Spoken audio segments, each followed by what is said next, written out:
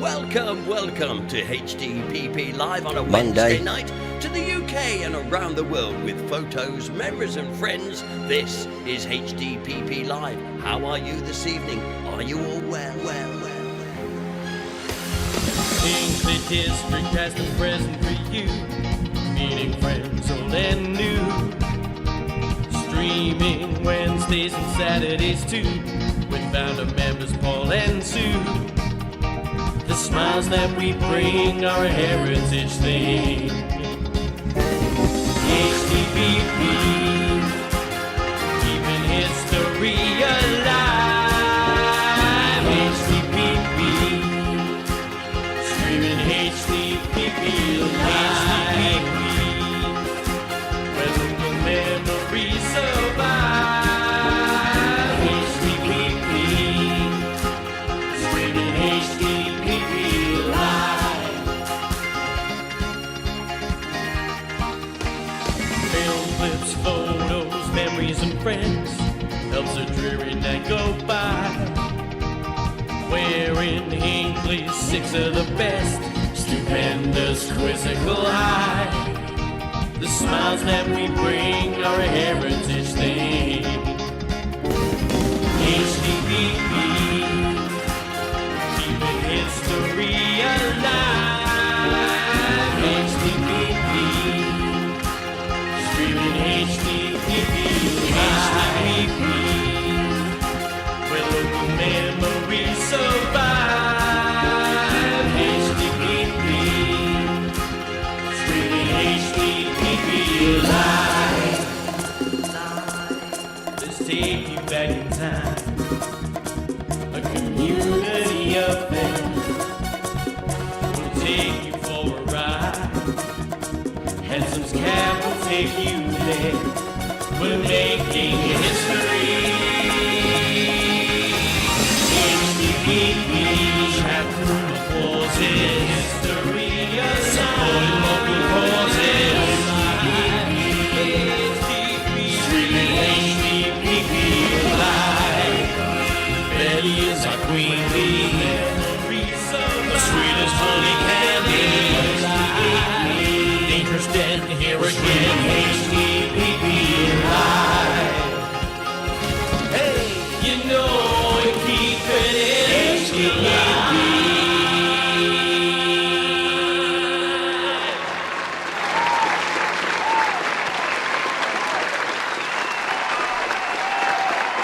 Oh, it's that time again. Oh my words, so it is. Good evening. Welcome. Oh, come on, let's get those things in. Come out fighting. Come out, yes. Oh, keep that. Yes, and another. Yes, there we go. Thank you very much and welcome once again to HDPP Live on a Monday night. Soon at the end of these Monday nights. More news about that very, very shortly. It's great to have your company this evening. This bank holiday Monday. Oh, keep those likes coming. You ring my bell, ladies, anytime you like. And you gentlemen, I don't mind. Welcome along to the programme. All the usual features for a Monday night here on HDPP. We've got an anagram. Oh, a cheeky anagram tonight. We've got to wear an Hinckley. We've also got some great little features lined up for you. So first of all, let me advise you, if you haven't already made yourself a cup of tea, got yourself comfortable, nestled down to watch us this evening, now's the chance to quickly nip out, put the kettle on, because there's going to be a lot of things going on this evening. And as always, as if you didn't already know, plenty of people in the chat rooms. Look at this lot. Look, there they all are. Everybody having a good old chat in the chat room. And you can hear, we can listen now live to the chat room. They have a rowdy lot in there tonight. Can you hear them? Yeah. We've got the likes of David Allen in there. Jeff Wallace is in there. Maureen Harris is there. Clive Armstrong's in there. Kane Norton's in there. Mary Blake's in there. And Uncle Tom Cobley. And all are all in. They are all in. Absolutely fantastic. Great to have you there. Even David Blow has found us tonight. Okay, should we just shut the door a minute? Yeah, just shut the door a minute. There we go. Even David Blow has found us tonight, and we're all in sync, apparently. Yeah, okay, fine, whatever. As I say, so it's great. How have you spent your bank holiday Monday? You've been lounging about? Have you been out and about? What you been up to? I can tell you that Dangerous Den. I think it actually needs a bit of a Oh, can I find it? Oh, I can. Here we go. Dangerous Den. He's in Exmouth. Thank you. He's in Exmouth. Yeah. Lovely down in Exmouth, you know. Yeah, you're not far from the Boundary Hotel in real lime terms, as the crow flies. Anyway, so lovely. Have a great break, mate. And I know you are celebrating your anniversary. Indeed, have a great break, mate. Absolutely. Now then. We had our social night on last Wednesday night, a nice little gathering. We know that through the summer months it's always a bit quieter because obviously, you know, you're all on holidays and things like that. But we had a nice little evening. We had a little bit of Shakespeare, didn't we, folks? Yes. We had a bit of culture, and then we had a bit of Burbage, and it was good. So thank you to everybody that came along. We raised, actually, on the night, seriously, boys and girls, we raised over £70 in our raffle on that night. So well done to you people for supporting our raffle. All the monies, of course, go into our Good Causes Fund, which we distribute every February, as you know by now. And finally, I can welcome Queen Bee. She's made it here at last. We wondered where you were. Welcome, Queen Bee. Jennifer Richardson's here as well. And Tim, or indeed, it's Tim in disguise as Jane. He's chatting away. Nice, Jane. Good evening. Yeah, Jane and myself. Yes, says Tim. Absolutely. Great. Now then. Welcome to the programme. So let's get to it. Lots of things to get through this evening. First of all, let me just go through a few parish notices. As always, thank you to our sponsors. You know them by now. They've been great. I want to give two call-outs, actually, mainly for Jaspers of Hinckley and also to G. Seller & Co., who have been absolutely superb of recent. So if you are associated with Sellers, thank you very, very much indeed. You've been really, really good to us, and we like that. You'll see why soon. Don't forget, our HDPP goodies are always there at Jaspers. Caps, key rings, badges, mugs, that's me, DVDs, there's posters, there's pictures, there's even tea towels for us men. Yeah, and that's all at Jaspers as well. So good. Our merchandise continues to grow. Go to the first floor of Jaspers. And at the top of the escalator, or the moving staircase, that is, you'll find our little display there. That'll be great as well. Now then, oh, finally, the Starnboroughs are here. The Starnboroughs have made it. Just a minute. Well done, David and Alexandra Starnborough finally got in. Yes, well done. David's learned how to do his chat now, so we'll be able to have a go at some of the chit-chat we'll be doing later on. Now then, we're in the process of organising our next prize draw for autumn. We're going to launch this the same night that we go back to Saturday nights, which is going to be literally within the next couple of weeks. I did say end of August, but things have been a little bit hectic. But we are pretty well on course for that, to returning to Saturday night. So just bear that in mind. But if you've got any idea, Granville, get your cloth.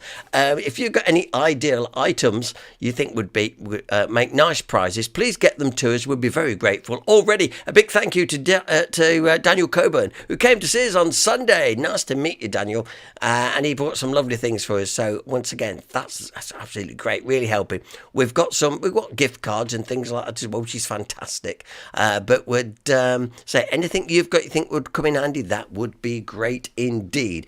Okay then.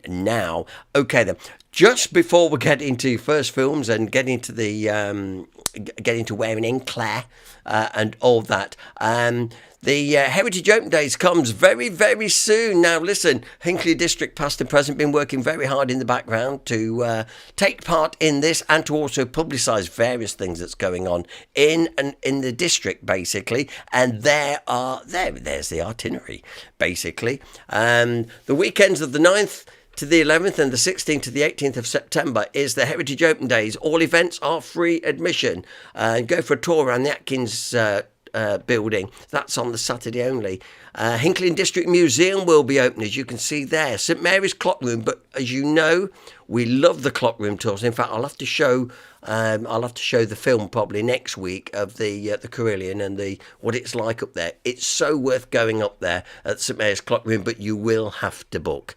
We'll be in Castle Street for 1 day. Oh, thank you. 1 day only. We'll be standing in Castle Street and with old picture displays. I know. We're looking forward to doing that as well. The Great Meeting Chapel will be open. St Catherine's Church, Burbage, who incidentally with Burbage Heritage Group are doing graveyard tours. So you visit various tombs and gravestones of people, famous people of the village. Desford St Martin's Church will be open and Thornton St Peter's Church. It's all there. I'll leave it on the screen just a few moments so you can just make a note of that. But it will be good. Trust me.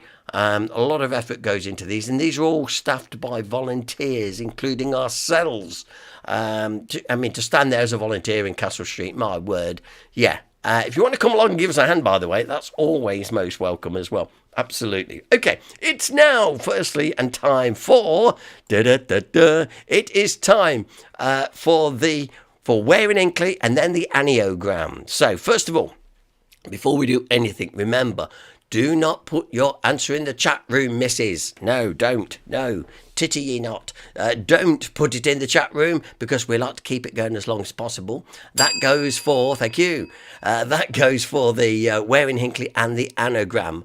Remember, if you do know where it is, you can put, I know where it is, that's great. But remember, I might say, right, blah, blah, blah, you say you know where it is, and I will ask you then to put your answer in so you can prove that you really did know. I've known people who have often entered the competition. I know where it is, but they don't really. Right? So I might call you bluff tonight. Who knows? So let's do Where in Hinckley first. I think it's easy, but I say that every week, don't I? Where in Hinckley are we today? There we are. Pretty easy. Pretty easy. I know it's an entranceway. Yes, this is an entranceway, but not a very ordinary entranceway. It may be leading to a secret garden somewhere, who knows? But where in Hinckley is it? That's the first question. Where in Hinckley? Can you see that? Okay, so that is that. And if that's not enough for you, how about our 6, what would normally be 6 of the best, but I may click on it first and get your question on. There you are. Specially supplied by Jeff Wallace Productions. Yes, of Brigg in Lincolnshire. Yeah.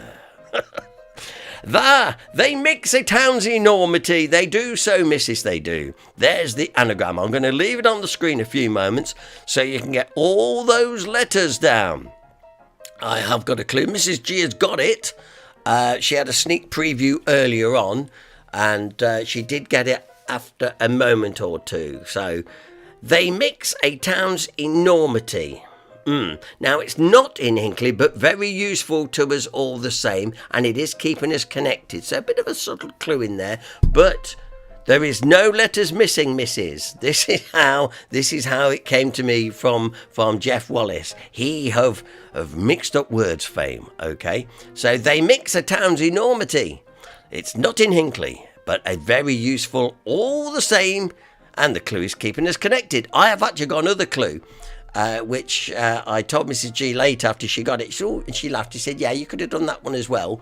But let's see how you go with that. Remember, do not put your answer, please. Do not put your answer in the chat room because everybody will see it. But if you get it, you say, oh, yes, I know where it is. Aren't we a little tease tonight? My word. Okay, then. So that's Where in Hinckley.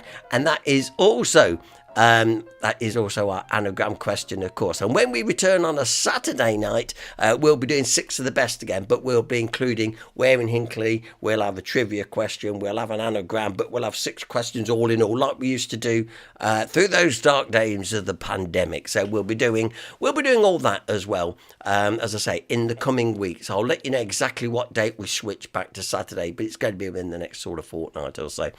Anyway, I digress. Let's let's get on with a few things as well. So tonight, listen, before we go, we'll be paying a tribute to Richard III, by the way, because we've just gone past the anniversary of his comeuppance, if you want to call it that. Yeah. Oh, incidentally, by the way, Dangerous Dennis just put it in the chat room. He says, by the way, I'm doing my talk, A Burbage Boyhood, for Burbage Heritage Group on the 1st of September at 7 o'clock. Non-members can go along and see Den. You see, he used us as guinea pigs, and now he's gone off to do it, and it'll go great, Den, I'm sure it will. Okay, now... Okay, yeah, we're going to pay a short visit to the battlefield very, very shortly. But before that, things that make you go, I was looking at the Union Jack the other day. Light flags. And I particularly like, obviously, the England flag and the Union flag. And I thought, hang on a minute. Where's Wales in all this? And I thought, well, there's the Scotland flag, there's the England. I didn't know. And I was a bit, So, listen, I've got a special little film for you for 8 minutes long explaining how, why, when and why. By the way, the crops are in. Well done. We rush back from Cadbury. Misshaped shop from the Cadbury misshaped shop in Bournemouth. That's our excuse for being late. Well, he's missed the first go at the anagram, hasn't he? We'll do it again after we've explained why. I know you're thinking, well, Wales has got nothing to do with Hinckley. No, but this is interesting. Sit back and enjoy why Wales is not in our Union flag. Here we go. The flag of the United Kingdom is pretty unique and interesting. It's a combination of the original three kingdoms that made up the country, England and Scotland, who formally united in 1707 after the English throne ran out of offspring a century earlier, and Ireland, who was attached in 1801, forming the United Kingdom of Great Britain and Ireland. The modern United Kingdom is made up of 4 countries though: England, Scotland, Northern Ireland, and Wales. So why isn't Wales on the Union Jack? How could anyone forget to include a dragon on their flag, and why does it continue to be excluded today? Well, I've partially answered this for you already. The Union Jack was made up of the flags of the 3 kingdoms that originally made up the country, and Wales wasn't included back then. But why? Well, about 389 million minutes ago, the King of England, who was called Edward I despite being like the 4th, conquered the Principality of Wales after a sustained 200-year campaign. His son and the future heirs of England would rule this principality, while the rest of Wales would be ruled by about 50 English and Welsh nobles known as the Marcher Lords. In 1536, this system was abolished, and the country and dominion of Wales was established with these borders, which are still in use today. These laws formally annexed Wales into the Kingdom of England, but it's a common misconception that these laws made Wales a part of England, or that Wales ceased to exist. This was not the case, despite how often it's repeated. All of Wales, except for Monmouthshire, would maintain its own judicial system. The people of Wales would pay different taxes to those in England, and many Acts of Parliament were made explicitly for the country of Wales. It was certainly a part of the Kingdom of England, but it's a vast oversimplification to say that Wales ceased to exist. If you were to ask a Tudor lawmaker what this piece of land was called, he would not say England, he'd tell you it was the country or dominion of Wales, separate from England proper. This separation was even represented on the English coat of arms, which featured the Greyhound of Richmond for Henry Tudor and the Red Dragon of Cadwallader for Wales. However, in 1603, this degree of legal detachment would not be enough for the new Scottish King of England, James VI/1, named after his KD ratio, who reigned as both the King of Scotland and of England. He kicked the Welsh dragon off of the coat of arms and replaced it with a Scottish unicorn, and just over 100 years later, his granddaughter, Queen Anne, formally united the 2 kingdoms of England and Scotland, with Ireland being pulled in later. So as we can see, the primary reason that Wales wasn't included on the Union Jack in 1707 is that it was legally a part of the Kingdom of England. Although again, calling it a part of England proper, or saying that Wales ceased to exist, is an oversimplification, and would involve ignoring centuries of English law. The Scottish were not ignorant to this either. James V was a son of a Tudor, and his mother even tried to make him the Prince of Wales, and James VI enjoyed a good amount of support from the Welsh, with some even claiming him as a fellow Welshman. But of course, for all intents and purposes, Wales had been annexed into the Kingdom of England, and James VI was not looking to make an exception. In fact, he even studied how this incorporation into England went, in order to see what problems might arise when he attempted to incorporate Scotland too. But regardless, in kicking the Welsh dragon off of the coat of arms, he robbed them of their last piece of representation, a trend which has continued into the modern day. Now, most people just stop there. They tell you, well, Wales was annexed and James VI just combined these two flags, so that's why Wales isn't there. But this whole thing happened over 300 years ago, and Wales still isn't on the Union Jack. What are the modern reasons as to why Wales still isn't included? Well, it's not due to a lack of effort. The College of Arms was petitioned 5 times between 1897 and 1945 to see if they would consider adding the Welsh dragon back to the royal coat of arms, presumably replacing one of the 2 Englands. However, they were rejected for 2 reasons, and I quote, "Wales has never been a kingdom. There is no such thing as a Welsh national flag." That first part is not true. While yes, there was never a political entity called the Kingdom of Wales, there were kingdoms that controlled all of Wales. King Griffith of Gwynedd, a kingdom in North Wales, conquered the entire country by 1052, and he was even called the King of Wales by the English monk John of Worcester. Does he not count? 2 other kings of Gwynedd, Maelgwn and Cadwallon, are said to have achieved overlordship over all of Wales and over all of the Britons, respectively. Do they not count?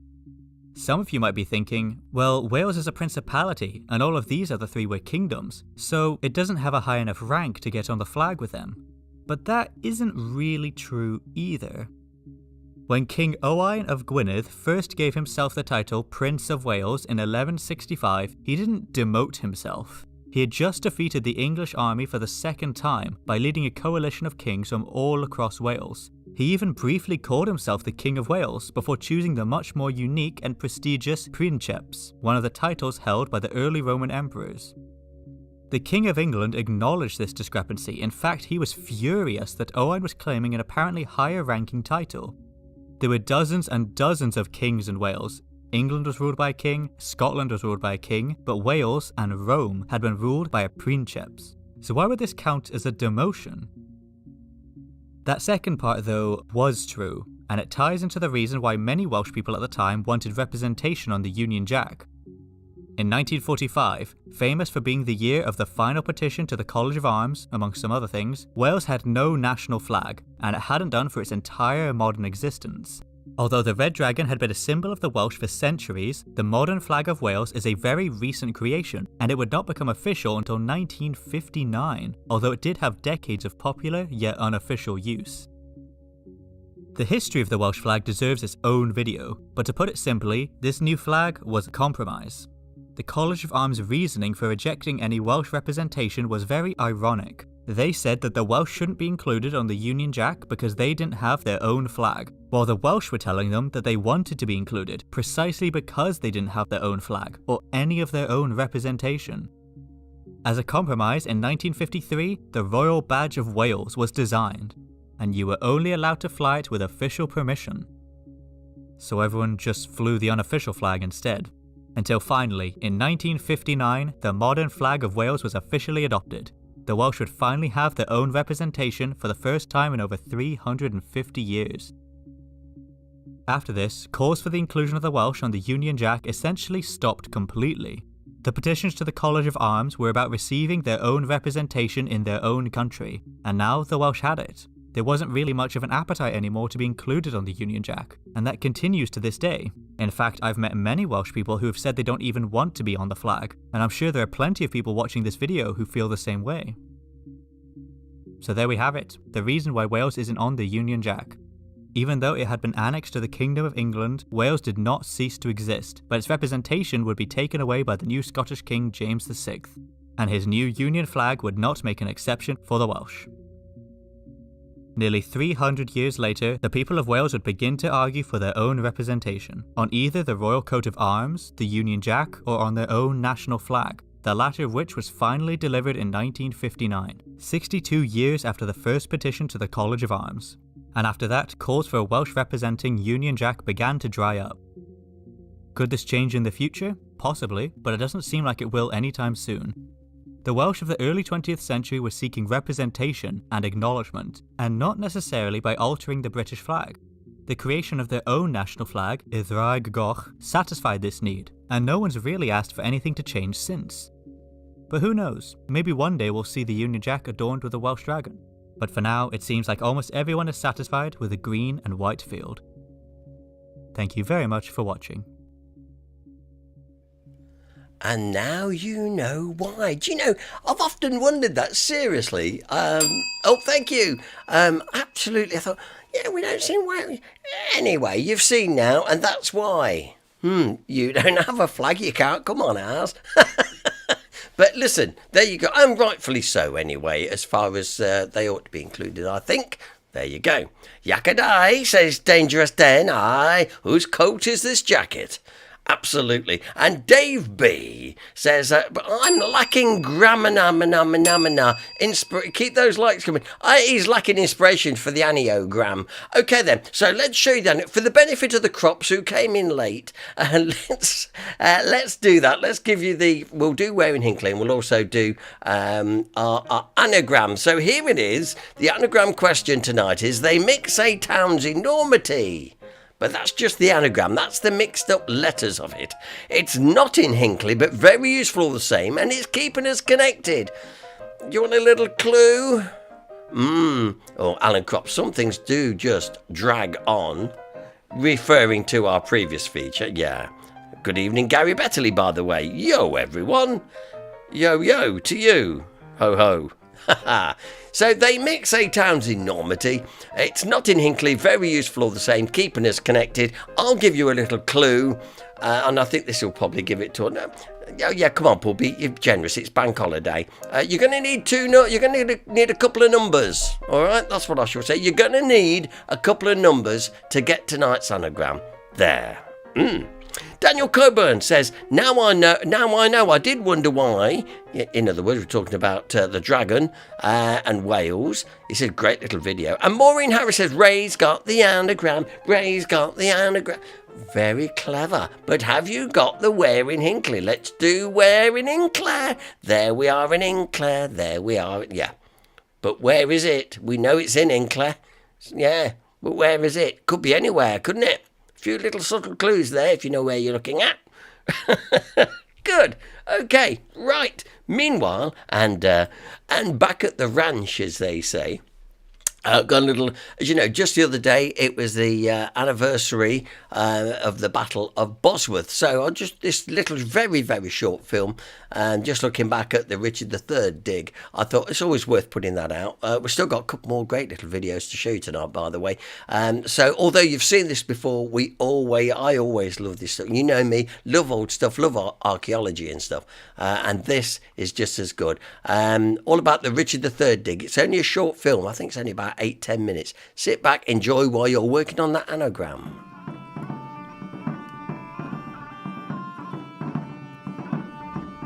We want to find Richard III really because he's the last king to have died on the field of battle in Britain. He's one of the few monarchs where we have no idea precisely where his burial place is. And also, I think in terms of particularly the people in the Richard III Society, they consider that the king was much maligned and was done an injustice, particularly in the following Tudor period. So it painted this sort of image of the king as this sort of evil hunchback.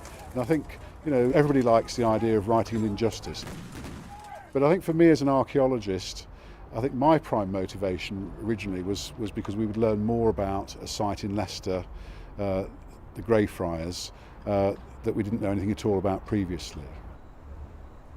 We definitely have a plan of action when coming to start digging holes. We start really by looking at the map evidence, looking at the boundaries of the Greyfriars that are known from the 1741 map of Leicester, which is quite a reliable map. That shows very clearly where the precinct is, although all the friary buildings by then have disappeared. Then we can look at the present plan and see whether there are areas of ground which perhaps haven't been disturbed. So for example here, there were gardens on the site in the 17th and 18th century, and then later the gardens became a car park serving the City Council offices.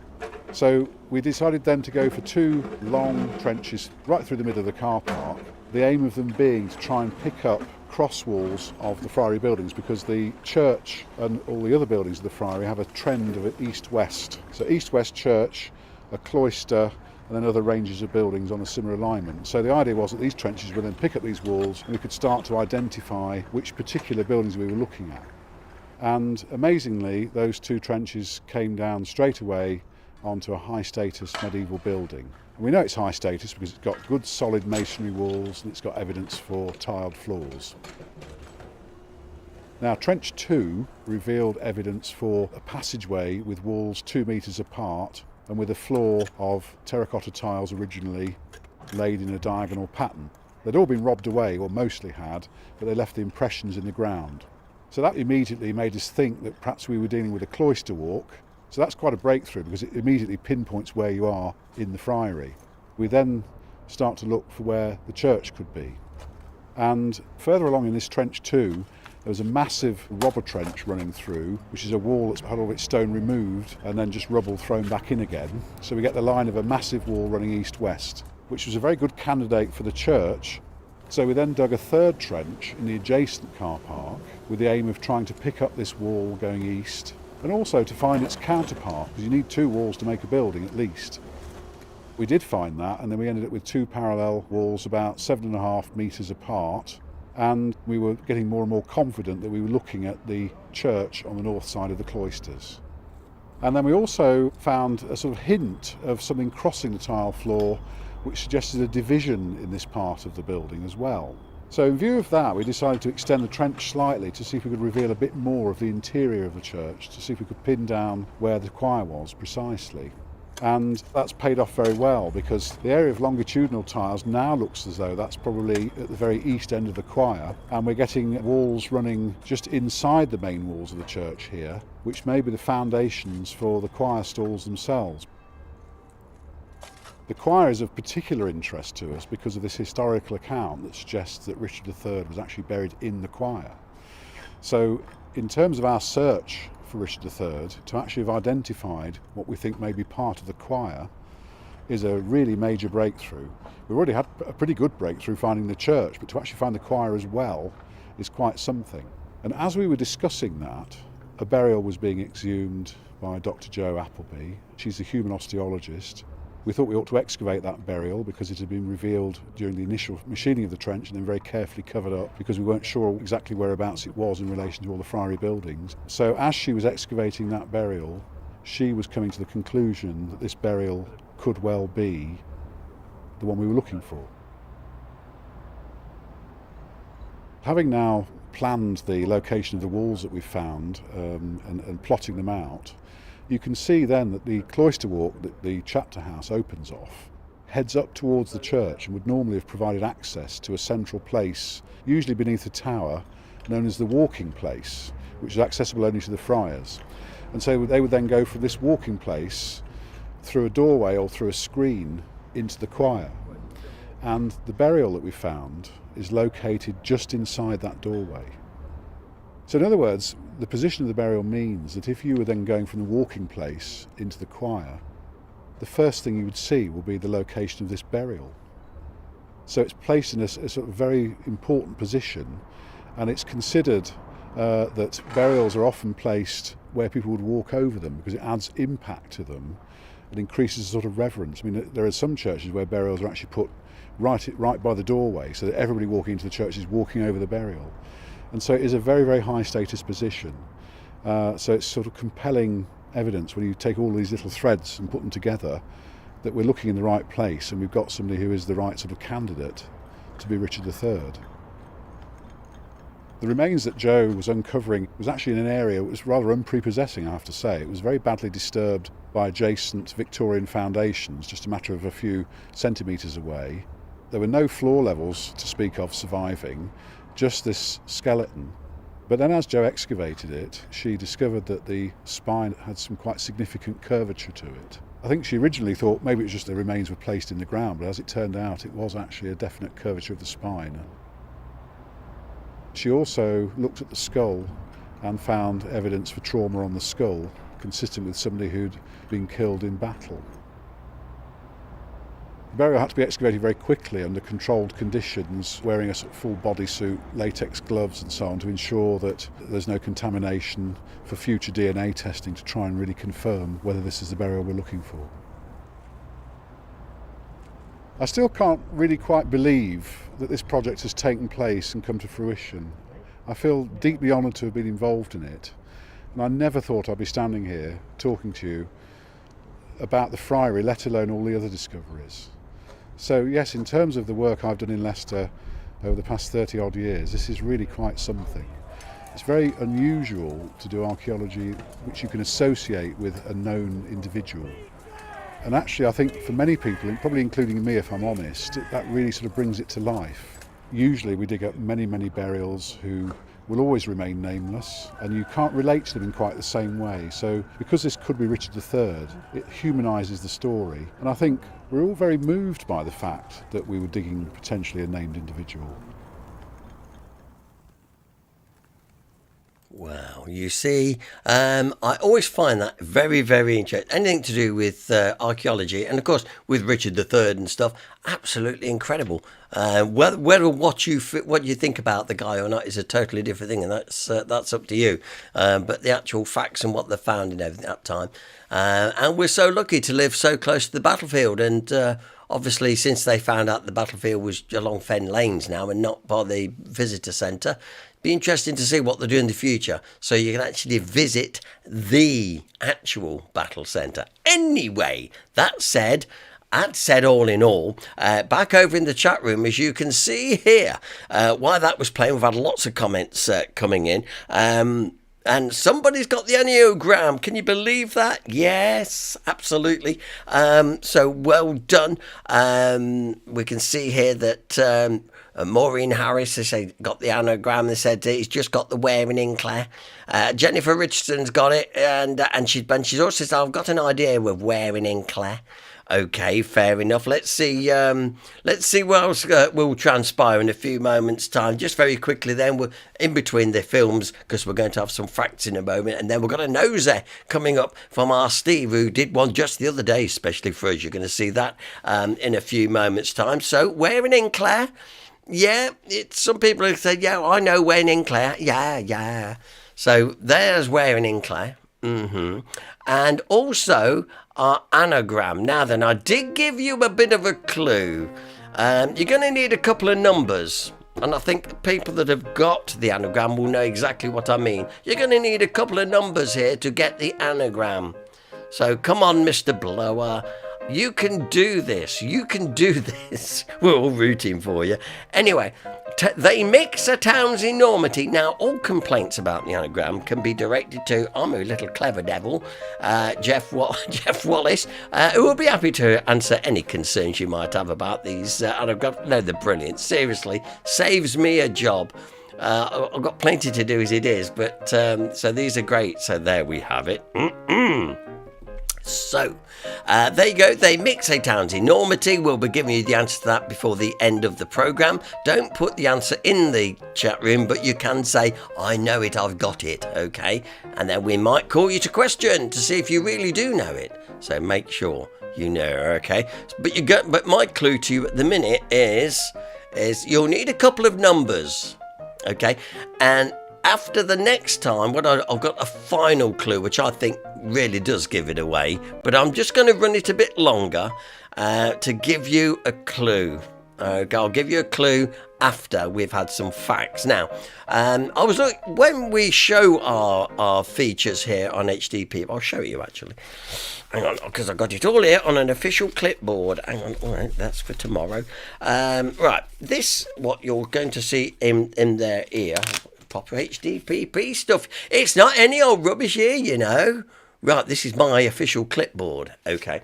And what I do is I keep a record. That's tonight's thing, but I keep a record of what we've shown, where, when, and how. You can hardly see it, I admit, but there's my scribble, right? And that tells me what I broadcast, when, how long it runs for, and stuff. So it gives me a chance to then, when I decide I need to, do a repeat, I can at least look back to see where the last time that I screened that particular item. And can you believe our next one, which we're going to screen in just a moment, was actually screened way back in January. And I thought, really? Can't believe that. It only feels like a few weeks ago when we put that on.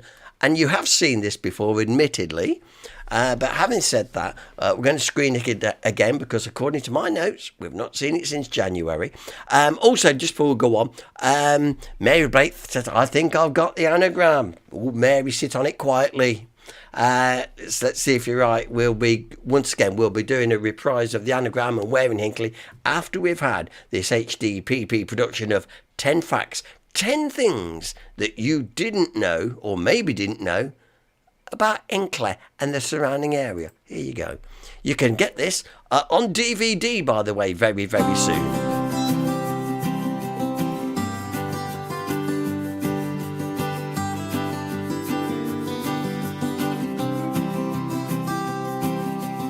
Did you know?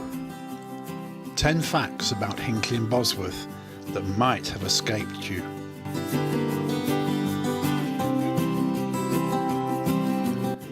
Fact 1.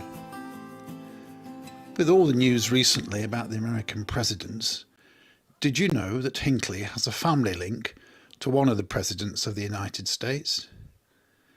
President Stephen Grover Cleveland, who lived between 1837 and 1908, had 2 terms of office as president. He was a Democrat and was elected in 1885 and 1893. He had no real political experience prior to being chosen as a candidate. He was a lawyer by profession. Burke's, the company that produces Burke's Peerage, states that Grover Cleveland, as he was always known, was 8 generations related to the Reverend Thomas Cleveland, the vicar of Hinckley in the early 17th century. This also makes him a kinsman of John Cleveland, the poet. President Cleveland was a bachelor when he entered the White House, and initially his sister was the First Lady. However, he married in the White House his wife, Frances Folsom. He was 49 and she was 21. If that was not scandalous enough, he had an illegitimate child born before his marriage who he duly acknowledged. An older president with a younger wife? Any similarities to a recent past president are totally coincidental. And that is not fake news. Fact 2. Did you know that there was once a willow tree growing in the area of the current Argent's Mead that had connections to Napoleon Bonaparte? The tree began life as a cutting from a willow tree on the island of St. Helena, where Napoleon was kept prisoner after Waterloo. The cutting had been sent to his niece, Christina Bonaparte, who was allowed to be in England to receive treatment from Dr. Cheshire of Hinckley, the renowned orthopaedic surgeon. The cutting was given as a present to the worthy doctor, who planted it in his garden behind his house at the top of Church Walk, which of course backed onto the area that we now know as Argent's Mead. The tree grew to a fair size, and a metal plaque was placed at the base of the tree trunk, describing the history of the tree. Sadly, the tree and plaque no longer exist, and may have been lost in the landscaping of the area in the late 1940s. The Leicester Chronicle of the 5th of August 1815 recorded thus: "We understand that Miss Christine Bonaparte is shortly expected to return to Hinckley from France. Information to this effect has been received by Dr. Cheshire, under whose care she is again about to be placed." Considering that in later life Christina Bonaparte was described as humpbacked, it seems that Dr. Cheshire's ministrations to her may not have been that successful. Fact 3. On September the 5th, 1728, the Great Fire of Hinckley broke out and raged from midday that day onwards well into the night. The fire destroyed the brew house of Anne Woodward, a widow, and the houses, barns and stables and outhouses, goods, wool, harvest produce, stocking frames, and the shops and the shop goods of a number of other of the residents were destroyed. Those who lost property were William Abbott, William Always, Samuel Allen, Thomas Brown, Joseph Evans, Thomas Hurst, Joseph Lawrence, Sarah Paul, William Savage, Marmaduke Stanley, Anne Thompson, Richard Gore, Joseph Hurst, Joseph Harrison, Hannah Good, Eleanor Stanley, Job Bird, Richard King, Joseph Kemp, John Baggett, and 80 other unnamed people. So you can see from this list that the damage was not unsubstantial. In fact, the grievous loss was estimated at £3,434, millions in today's money. Towards the loss, the Corporation of Leicester subscribed £50. After the fiery conflagration, a fire engine was given to the town by Lady Noel, the very first it had possessed.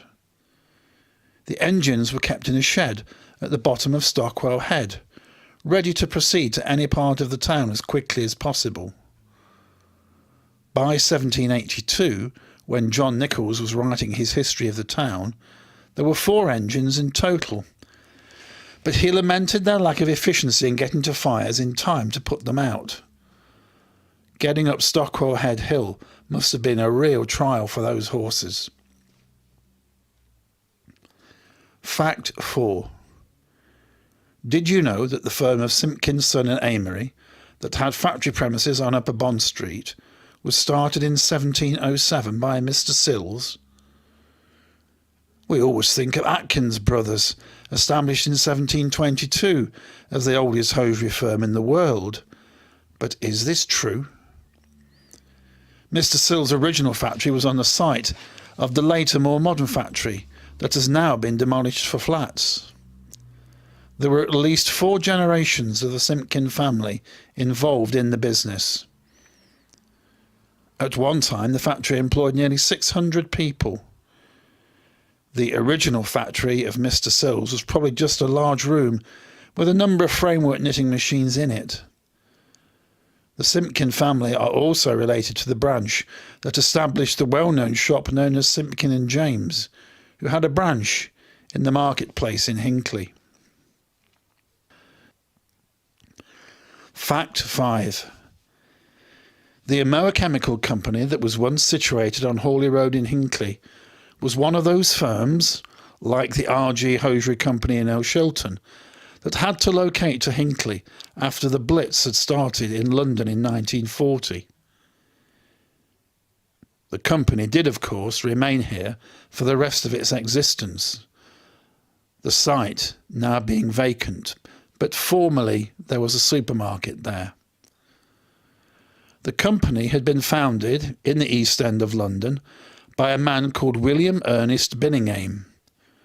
An obituary written in the Hinckley Grammar School magazine said this about him. Wilfred Ernest Billingham was one of those beneficial assets gained by Hinckley as a result of the ill wind of wartime bombing of London. His company settled down here and after the war expanded rapidly and efficiently. In the same way, Mr. Billingham himself took an ever-increasing interest in the social life of the town of his adoption. Best known for his practical love of the art of painting, he has left many beautiful pictures and reproductions thereof in the homes and offices of his many friends, and these alone will do much to keep alive his memory. The various art societies with which he was associated, the Community Guild, the Textile Society and the Libraries Committee of the Hinckley Urban District Council all benefited from his wide experience and knowledge. Not so much in the public eye was his position on the Board of Governors of the Grammar School, which he joined in 1955. But here, too, he will long be remembered for his quiet, affable manner and the sound advice of his contributions to the business in hand. His activities were remarkable for a man of his age, and his diary was a full one. He was full of regret when even an important business journey caused his absence from a meeting of the Board of Governors. He showed his appreciation of the importance of the school in many ways, and his enthusiastic support was not just confined to the meetings of the governors, but included many attendances at various other school functions. The fact that Hinckley Academy, the successor to John Cleveland College and the Grammar School, and the local council hold important artworks by local artists, particularly from the Bass family, is entirely down to Mr. Billingham's research and his pocket. Fact 6. National events have tended to take place other than in Hinckley and Bosworth. We have many local connections with national figures, but national events seem to elude us. Of course, there was the defeat of Queen Boadicea along the A5 in AD 60, and the defeat in almost the same vicinity of King Richard III in 1485. Little known local connections with the Jacobite uprising of 1745 are somewhat less known and a bit more obscure.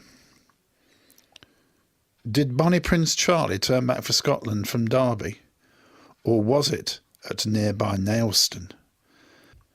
Certainly local folklore records that whilst his troops revictualled themselves in Derby, the young pretender sallied forth to meet his friends, the Knowles family, in Nailston, in a house that still exists. The house is situated on the crossroads at the entrance to the village. It is true that in his journey south, Bonnie Prince Charlie did make a habit of separating himself for a few hours from his troops to visit supporters, and therefore a visit to Nailston would fit this pattern.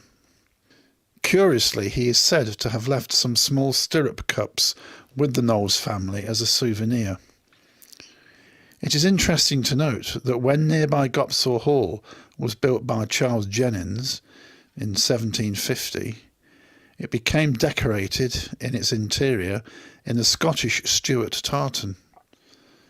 Near to the hall there's a farm called Culloden Farm or Culloden House, and it appears on Speed's map of Leicestershire of 1777. And near to it there appears to be another building called Preston Pans, named after the defeat of the British Army by the Jacobites on the 21st of September 1745, the first battle of the rebellion. There's also a story from one Hinckley family that amongst their treasured heirlooms is a piece of red blanket cloth that is said to have been used by Bonnie Prince Charlie on his overnight stay in Nailston. Henry Francis, in his research notes for his book on the history of Hinckley, recorded that the oldest living lady in the 1830s in Hinckley could still remember the excitement in the town at the approach of the Scottish rebels when she had been but a mere child. Where might Bonnie Prince Charlie have been heading for after Nailston? One conjectural explanation is that there may well have been Jacobite supporters at Arbury Hall in nearby Stockingford, near Nuneaton. Strangely enough, when you visit the hall, the entrance lobby is bedecked with the portraits of the Stuart kings, and in a cabinet there are Jacobite drinking glasses from a secret drinking club. The toast to the young pretender was always, "Hail to the King over the water." After fleeing from the defeat in April 1746 at Culloden, Bonnie Prince Charlie ended his days in Rome and is buried in the Vatican. But the persisting folklore places him at Nailston, where when the fatal decision to turn back north was taken in the village, there were planted trees to commemorate those connections. Those trees were to be silent sentinels of what was a most decisive moment in history. Fact 7. Did you know that there's a 200-year-old type of apple, sometimes known as a Shackerston apple, and that it is still grown in that village? The rare variety of cooking apple known as Dumelow seedling was raised by local farmer Richard Dumelow, who died in 1816, aged 68, and who is buried in the village churchyard. The apples were first grown from seed, and certainly they were by the year 1800. The apples became the mainstay of many a Victorian kitchen, and by some they are said to have been Queen Victoria's favourite cooking apple. The apple has been known by many names. It was first known as Dumouleu's crab. In commemoration of the victory over Napoleon Bonaparte at the Battle of Waterloo in 1815, the apple was briefly renamed the Wellington, but reverted a short time later to its former name. The apple was to be eventually replaced in public popularity by the Bramley apple, but only in the early 20th century. Apparently, the original apple tree, which was planted in the village by Mr. Dumoulin in 1799, was a cross between two types of apple trees. The fruit borne by Mr. Dumoulin's tree was demonstrated at the Royal Horticultural Society show in London in 1818. From that show, the popularity of the Dumoulin apple took off. The apple blossoms in May, but it lasts until mid-October, one of the last apples to be harvested. The apple can keep through the winter until the next spring, which is one of the reasons why it is highly favoured. To mark the millennium in 2000, some villagers tracked down a company still growing these trees on the Isle of Wight and brought some back to the village to be planted. Fact 8. From a small chapel in Stockwell Head to the presidency of an American university. This was the life story of one Matthew Henry Buckham. Born in 1832 in the manse at the top of Stockwell Head, his father, the Reverend James Buckham, was the preacher at the independent chapel attached to the manse. This stood on the site of the current Emmaus Charity Warehouse and its car park. The family left Hinckley and emigrated to America in 1834. In 1847, Buckham entered the University of Vermont and graduated in 1851. Leaving to teach in high schools and after a further qualification back in England at University College London, Buckham returned to the University of Vermont to a professorship in Greek and English. In 1871, Buckham was elected president of the university, the equivalent of a chancellorship here in this country. He was to serve in this position for the next 39 years. The University of Vermont became co-educational in his time and saw its campus expand considerably, both in terms of undergraduate numbers, academic professorships, and in terms of the physical size of the campus. Buckham held a number of important public posts, as would befit a president of a university. He was on the board of examiners at the West Point Military Academy. He was one of the directors of a major hospital in Burlington, the town that housed the University of Vermont. At a national level, he was on the board of state universities across the USA. He was a well-known speaker on religious, social and educational themes. It was said of him that he brought to his dealings a broad and deep scholarship, an executive and administrative capacity of a high order. His pure, elegant English, his easy and ready elocution, the breadth of his conceptions, and the lucidity of their expression could not fail to arrest the attention of the reader or the listener. His addresses were a constant inspiration and delight.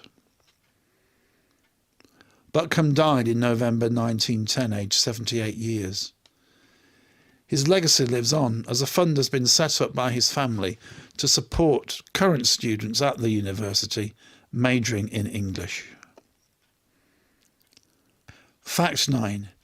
Hinckley in Bosworth District could have been home to one of the grandest stately homes in England had Gopsall Hall not been demolished in 1952. The hall was built in 1750 on the site of a previous grand manor house. It cost £14 million to build in today's money, and the family wealthy enough to afford this were the Jennens family, who had a cast iron foundry business supplying the metropolis of nearby Birmingham. The house was surrounded by a grand estate of 6,230 acres across 13 Leicestershire parishes, which by 1927 came to include 30 farms, 3 licensed houses, many small holdings and allotments, private residences, matured woodlands, and 2 lodges suitable for the hunting fraternity. There was even a 9-hole golf course, one of the best in the country, with the final green within 20 yards of the hall entrance. The house passed from the Jennens family when Charles Jennens died in 1773 without any children. It passed to Asherton Curzon, a cousin of Jennens. It was the son of this Curzon who married into the family of the Earl of Howe. The family were friends and lords-in-waiting to both Queen Victoria and Edward VII. It's hardly surprising, then, that King Edward visited the estate in 1902, arriving at Shackerston Station by royal train.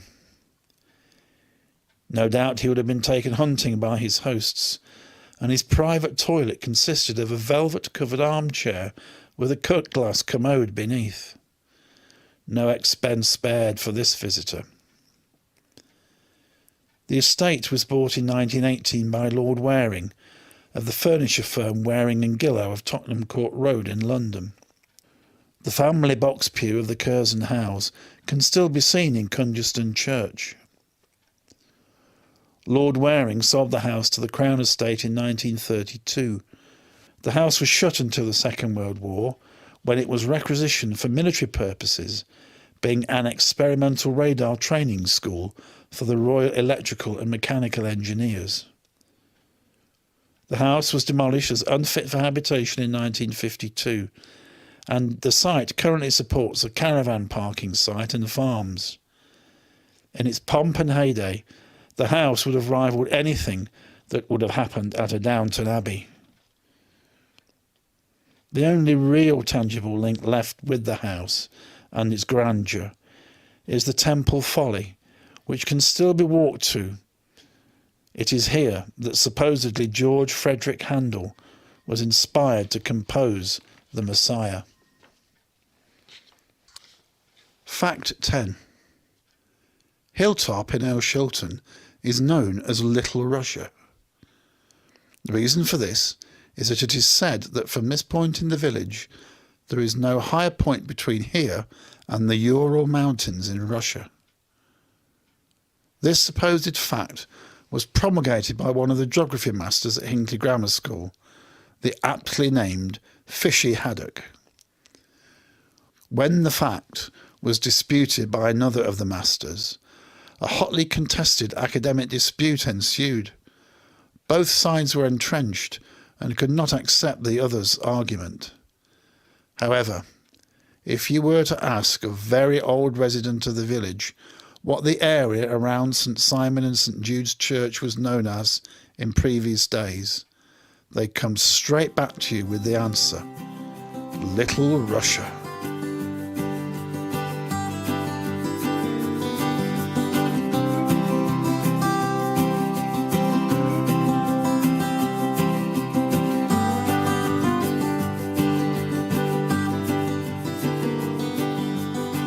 I like that one. You know, it's one of those sort of things. Like I say, we haven't screened that since January. Can you believe that? And great to see it again. I don't think you ever really get fed up with them sort of thing. There you go. Alan Crop, really enjoyed that. Jennifer Richardson, very interesting video. Brilliant, you see. So even though we've seen it probably 2 or 3 times now, other people haven't. So it's nice to let them see it as well, isn't it? Just well. And Dangerous Dan says, very good. Right, okay then. Last call now for the anagram, and we're in Hinckley. So we're asking where in Hinckley is that? A lot of people say, I know where in Hinckley it is. Some of you have probably been on Google already and found it. That's up to you. We'll give you the answer after we've had our nosy this evening, and also your last call for the aniogram. There we go. They mix a town's enormity. It's not in Hinckley, but very useful all the same. I've put a clue saying keeping us connected. Can I give them the clue that I said I was going to give Mrs. G? No, she just shrugged it. I was going to say, is it really a sexy slab? That's my clue. Is it really a sexy slab? That's my clue, and I will explain why I say that after we've had our nosy this evening. Okay then, now you can see the chat room's still very, very busy. I'll show this for the benefit of people that don't have the chat on at the same time. Now, for example, down at the Boundary Hotel, they just have the full screen. They can't see the chat unless I show it. So, and the lady of the Boundary Hotel has to get on her hands and knees and go right up to a great big 42 screen to read it. She's going, oh yeah. So I have to leave that on so she can catch up. Mind you, it takes about 10 minutes to get back up off her knees after she's done that too. Love ya. Anyway, let's go on. It's time for our nosy, the part of the programme where we ask our Steve to go into dark and mucky places. And today he's done it. And I do have to tell you now, apparently this nosy comes with a public health warning. Can you believe that? Yeah, we'll find out. Come on, folks, let's go and have a nosy. And now, ladies and gentlemen, here is Mr. Nosy himself, Steve Picker.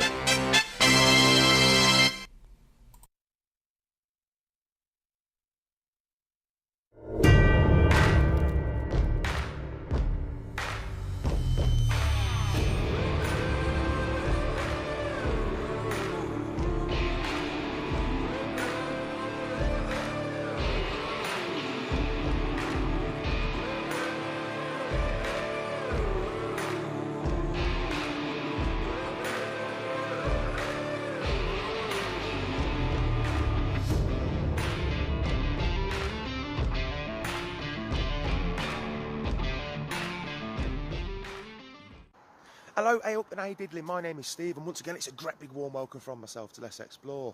Right then, a bit of an update video, a bit of an update nosy for you today, because we are having a bit of a mooch as well. But I just thought I'd tell you a little bit about what's going on the channel, because this weekend we was meant to have another video to show you, to be honest, but me and Delighted Dave went out the other night and it didn't go as planned, to be honest with you, unfortunately. But that's just the way the cookie crumbles sometimes when you do this. It isn't always plain sailing, my lad, do you know what I'm saying? But what it is, in the next few weeks I've got a video that's going to be coming out maybe in about the next 2, 3, 4 weeks. I'm not sure yet, making it sound all technical, isn't I, because of the time scale with it. But what it is, there's been quite a bit of drone footage for this next video, which is going to be about the Leicester and Swannington Railway. I've not even done all the on the ground stuff for it yet, apart from one little bit. Do you know what I mean? But that ties in quite nicely with today's video, because we're literally on the outskirts of Colville, near the Barden Industrial Estates, just up near the Birch Tree roundabout, actually, next to a road, as you can hear at the minute, called Reg's Way. Big industrial estate. Got an Eddie Stobart place in there, just the other side of that fence. But we've got 2 culverts to look for, and I know what you're thinking, oh, not these culverts. It's a nice little video for me, though. It's easy, and it's local. Do you know what I'm saying? Now, beneath Reg's Way, you've got the River Sence, the mighty River Sence. It's hardly the Colorado Rapids, is it? But just down here in the undergrowth somewhere is what I imagine is going to be a large concrete culvert that takes the Sence beneath Reg's Way, just out here, and onwards until it reaches the River Anchor on the Leicestershire-Warwickshire border, near a little place called Pinwall, I think it's called, not far from the town of Aviston. And then after this culvert that we're going to look at, probably not going to go all the way up it, I've only got my trainers on. After we've looked at this, we've got what I think is going to be one of the oldest steam railway culverts in the world on the old Leicester and Swannington Railway. So let's just see what the dealio is here. Right, we found the first one anyway. So, yeah, it is a good size one, like I thought it was going to be. It's got a big grill on the front of it as well. Right. There you go, look. So you can actually get in there. The water's deepish. A lot of plastic bags here stuck on this grill as well. Now this is the outfall here. There won't be a grill up the other end. And when I say outfall, of course, meaning that the river's actually spilling out here. So it enters up that end, it doesn't enter here. I'll just show you in here anyway. I'm not going to go in there. It's concrete pipes in it, a bit boring now, aren't they? See enough of them at work, don't I? Right. So this one then, it ain't that old to be honest. It's only as old as Reg's Way, which is 30 years old, something like that. They built it, of course, when they built the industrial estate. But this one, about 1500 diameter, 1.5 metres.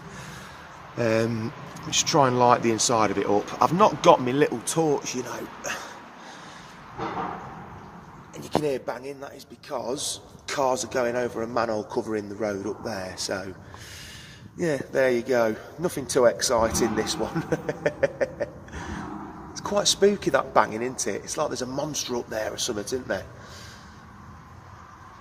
Right, so we're en route to this really old steam railway culvert, which I think is one of the oldest steam railway culverts in the world, and I'm pretty sure it's going to be. It's certainly going to be one of the oldest in the Midlands, because of course the Leicester and Swannington Railway was the first steam operated railway in the English Midlands, of course. Engineered by Robert Stevenson. There it is there, that tree line, and our culvert's going to be down there, and as you can see, it's like Epping bloody forest round here, isn't it? And I've only got my shorts on. So it's going to be a pain in the arse to get to by the looks of it. Surely there's an easier path down to it, because, you know, this culvert would have to be maintained, you imagine. There's probably not been a lot of maintenance going on for a long time. We've got a bit of a path here. I think this has been put in by the electric board doing some work on the pylons over there. So yeah, no, I won't go in that way. Right, so yeah, I was right, the path did go up here, and it's actually taken us over the railway. I had a funny feeling that we was going to go beneath here. I was looking forward to seeing a bit of a tunnel for us to walk through, but not the case. And as it says, stop, look, listen, beware of trains. And of course, you know, this railway, it's only a freight line these days. It was a passenger line at some point, of course. But yes, nice that. And although there's a right of way going over this railway here, it always feels a bit naughty, doesn't it? Do you know what I mean? But our culvert, that is going to be over there in that direction. So, tell you what, you know, Delighted Dave phoned me up this afternoon and he said, "What are you doing tonight, Steve?" I says, "Oh, I'm going for a bit of a nosy, Dave, just local." I says, "Come with me." He says, "Well, I can't." He says, "That's why I'm phoning you." He says, "I wanted to see if you're going to come to a fancy dress party with me." I says, "Fancy dress?" He says, "Well, no, not." I said, "Not really, Dave, it's not really my bag." He said, "Well, I'm still going to go anyway, buddy." I says, "Well, what are you going as?" He said, "I'm going to go as an Italian island." I says, "Don't be so silly."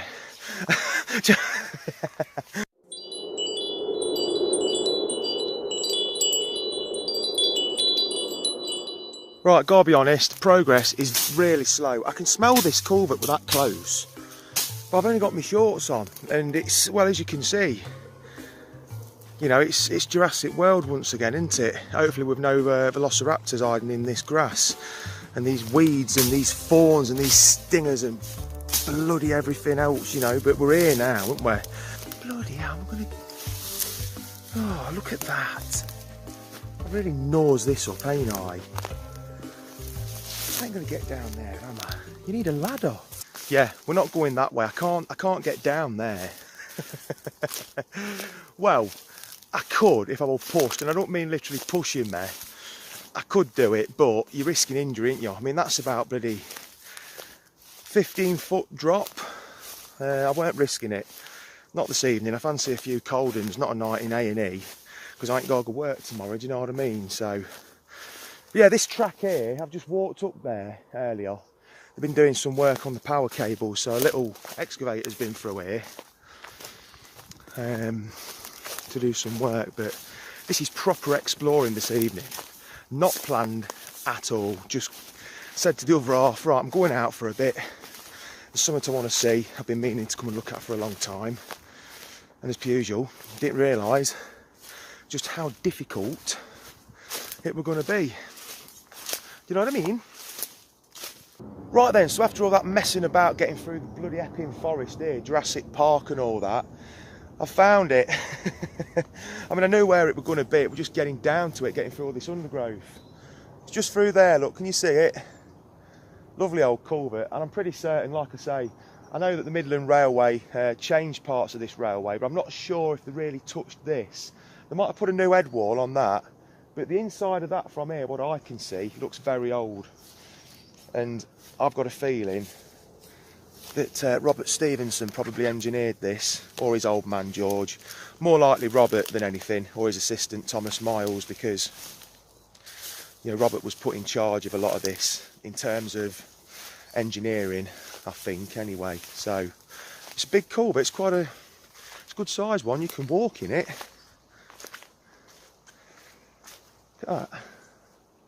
It's nice. Had some recent pointing up work done on it. They've got to maintain them. You can't not maintain them really, because they're important. The culvert in this water, isn't there? So now, whereas up there it was about 15 foot high with a sheer drop bank, we can get down here. Got a bit of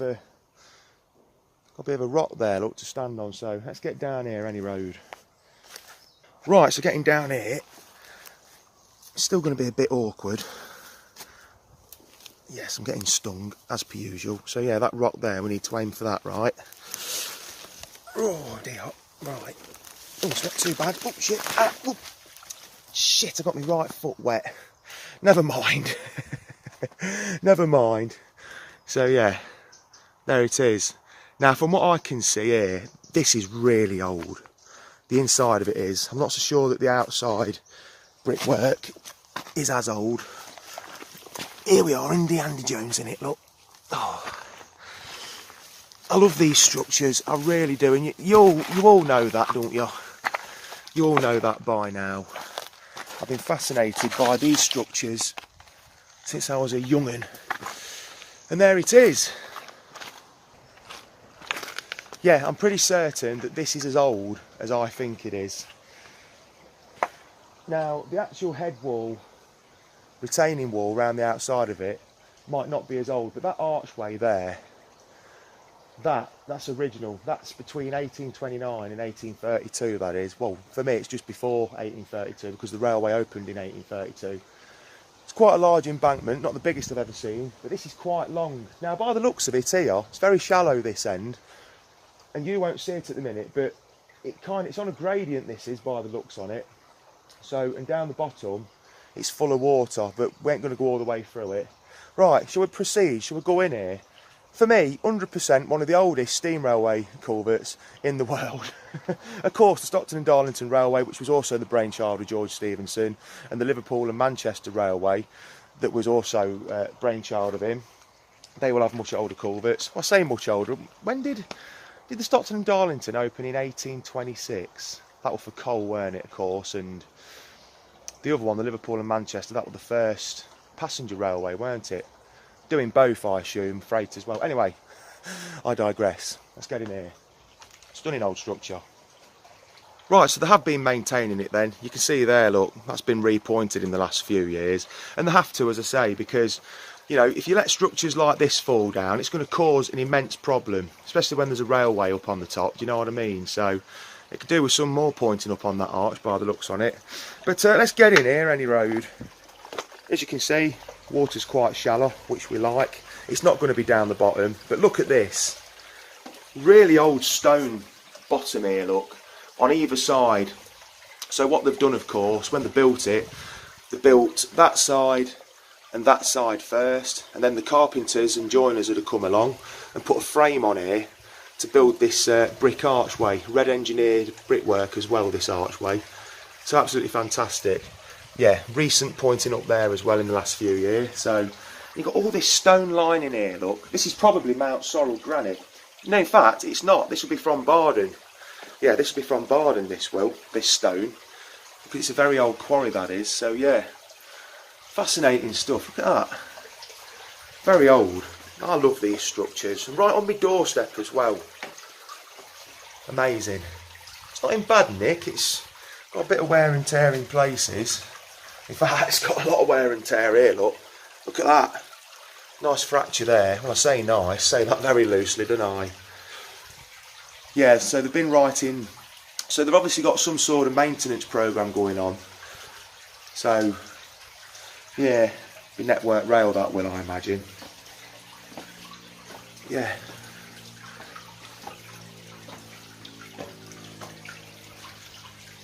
Yeah, another one there, look. Yeah, so this is where the water starts collecting. Now, there might be a blockage downstream. I really don't know, to be honest with you. But yeah, that's a good crack as well, look. But yeah, just look at this granite here. So old.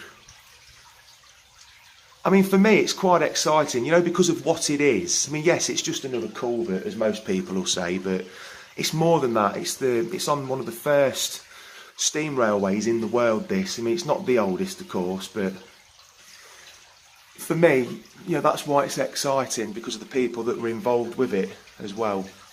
So yeah, they are, as you can see here, look, they are keeping tabs on these cracks. So there's a date there, look.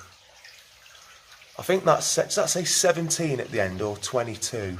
It's hard to know. It's worn a bit, isn't it? Yeah, I've seen these on railway bridges, these marks. Yeah, so they are keeping an eye on it, which is good. So yeah, we can't really go any further because it's getting quite deep, the water. And it's much of a muchness down here. But yeah, I just thought I'd show you this because we hadn't got a video. Well, I hadn't got a video for you. And this is on his doorstep, isn't it? And I know a lot of you like these local videos anyway. But look at that. Beautiful stone. I love it. I might sound OTT at times, but I genuinely do love it. Right, let's get back out. I tell you what, I don't know if I live a rock and roll lifestyle, I do, don't I? But yeah, really pleased with that. It's so old, so historic as well, that is, you know. I mean, to a lot of people, they might just look at it and say, well, yeah, whatever, mate. But for me, it's more than that, 100%, do you know what I'm saying? And I can't take all the credit for finding this either, because about best part of 2 years ago, a laddo who goes by the name of Sean Toon, a local driving instructor, hello mate, if you're watching, I've heard he's a really good one as well, good pass race, I've heard, do you know what I'm saying? But he actually sent me, I'm sure it was this one you sent me, weren't it, mate? You sent me a photo of this, I'm pretty sure you did. And it's taken me all this time to get down here, and to be honest with you, I'd forgot all about it. It's only because I've been researching the Leicester and Swannington Railway that I've seen it again, and I thought, oh yeah.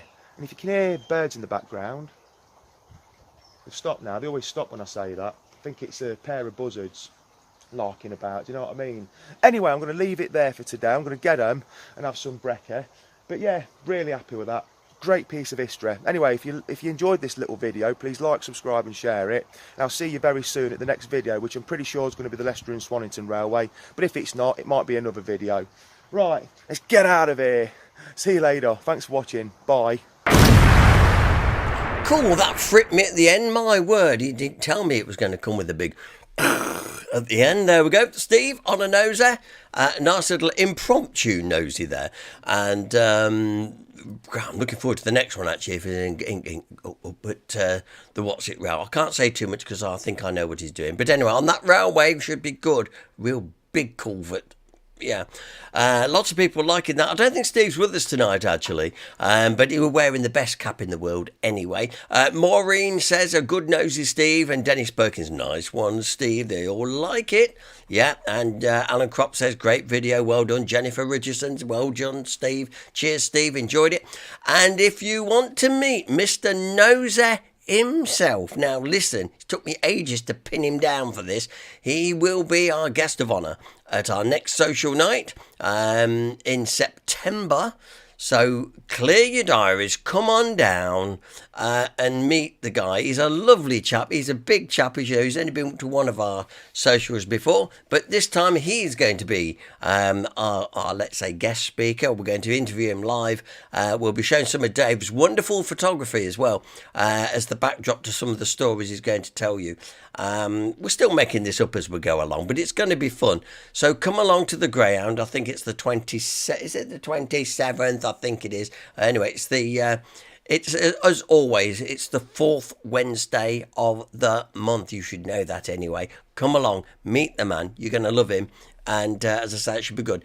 And talking of social nights, and then in October, we have Paul Williams coming to talk to us from the Burbage Heritage Group. And we'll be talking remembrance and, of course, the Burbage War Memorial, the story behind that and stuff. And I know Paul's done some great research into that. You're going to find that fascinating, as is our DVD all about our war memorial, which also we should be screening around the time of remembrance. Seems hard to think, but you know, we're just a few days away from September, and before you know where you are, we're going to, oh my word. Anyway, Daniel Coburn said looking forward to it, because Daniel Coburn's coming as well. Not only have we got Steve and co. We're going to bring Dave Cap, all being well, providing he's on the right shift. But Daniel Coburn's coming all the way down as well. So listen, friends together here at HDPP. Okay, right, we're almost at the end of this mammoth broadcast. Yes. So let's get down to getting some answers. Firstly, we've been asking the where in Hinckley. So if you want to give us the answer, if you want to post your answer now. This is what we've been asking. Where in Hinckley? It's interesting that the Dennies aren't here tonight. Have you noticed Kath and John aren't here? No.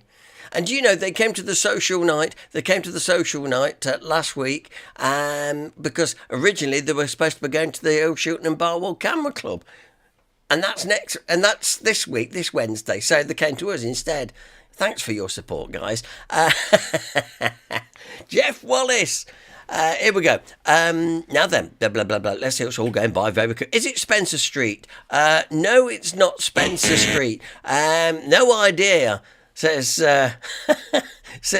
Dennis. David Allen, is it Druid Street? No, it's not Druid Street, I tell you. But Dave B comes through. Yes, along with Jeff Wallace saying Hill Street. If you got Hill Street, you are correct. Hill Street opposite Jasper's. Yes, I know. Listen, Daniel said I've done terrible tonight. He's not got any of them. Let me just show you the answer. Here is the where in Hinckley. Look, there we are. Opposite Jasper's in Hill Street, of course. And for quite a long time, the old co-op that used to stand opposite, they stored a lot of their stuff here as well. The part on the right, you see, part of the original hosiery factory, which was in business right into the 90s, actually. But the bit on the left was, in its last incarnation, was very much storage for the co-air. In fact, if you see that bricked up window there on the left, the bricked up where below the windowsill, you can see that new brickwork. Well, there used to be a small elevator affair there, I seem to remember. Anyway, we digress. So that's where in Hinckley. So, now you clever people, what about the aniogram? If you want to give us an answer for the aniogram, now is the time. Coa. It's Coe, Dennis, yeah.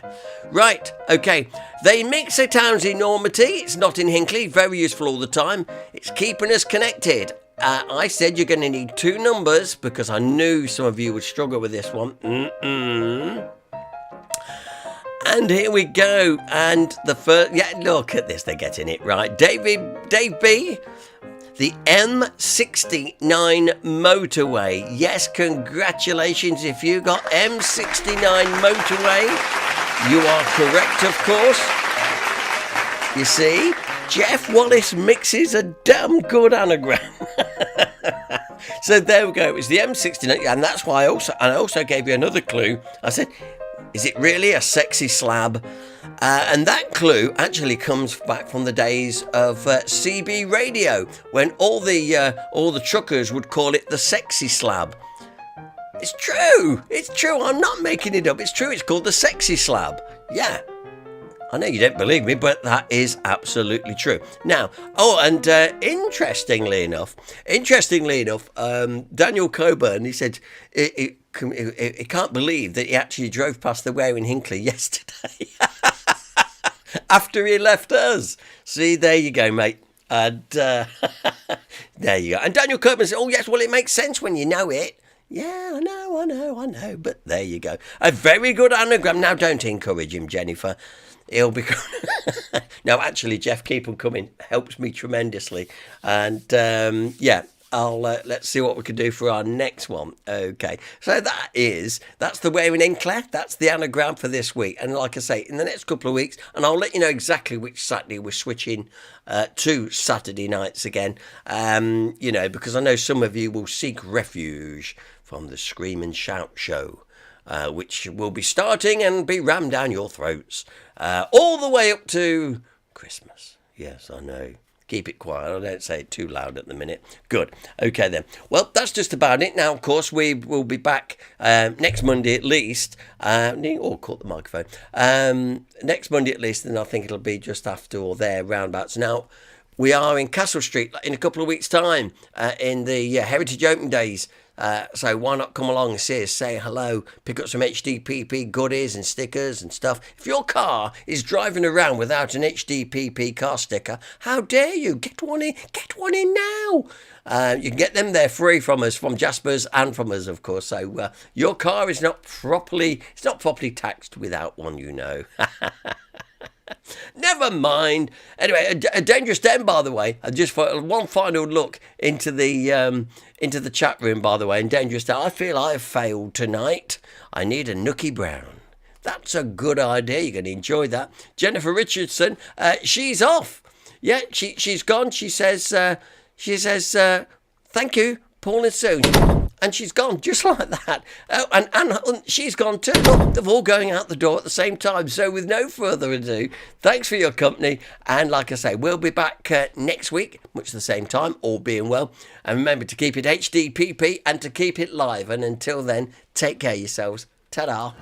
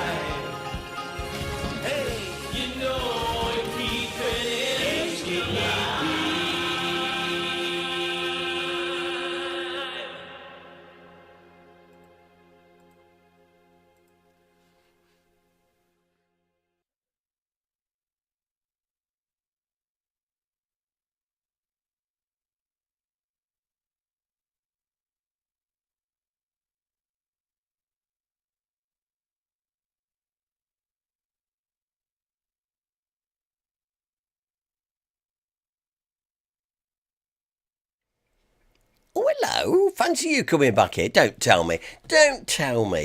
You really want more dad jokes, do you? You always come back the part of the programme we never talk about. But here we are once again. Oh, my word. We never talk about this part of the programme. We always tack it on at the end. And a lot of you now know you just hang around. If you want to go to bed with a little chortle, a little laugh, then, leave the husband behind and listen to my dad jokes. Yeah, okay, right. Oh, hello, Danny. 14201. Oh, hello. Yes, absolutely. And Maureen's here as well. Let's see. So, thank you. More likes. Keep that bell ringing if you would, please. Because the more likes we get, it helps with the antibiotics. Analytics, apparently. Now then, but let's see. I did actually pick a couple out for tonight. So if you're sitting there and you're ready for a little chortle, here we go. So I don't always tell dad jokes, you know, but when I do, he always laughs.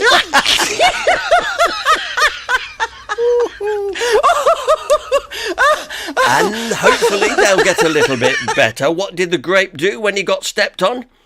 He let out a little whine.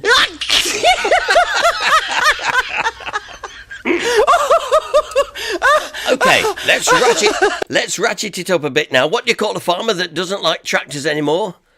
An extractor fan. I like that one. Yeah. The producer's saying yeah. That's all right then.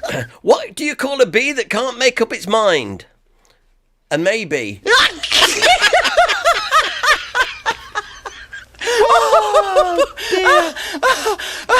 My wife said I don't listen to her anymore. Or something like that.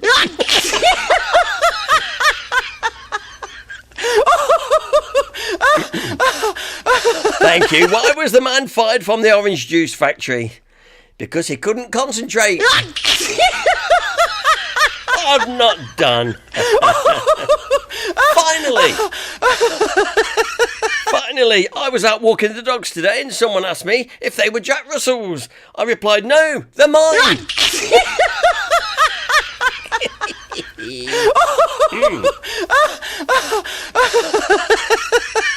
Love it. Do you want another? Oh, go on, do a diet diary. Day 1. I removed all the fattening food from the house. It was delicious.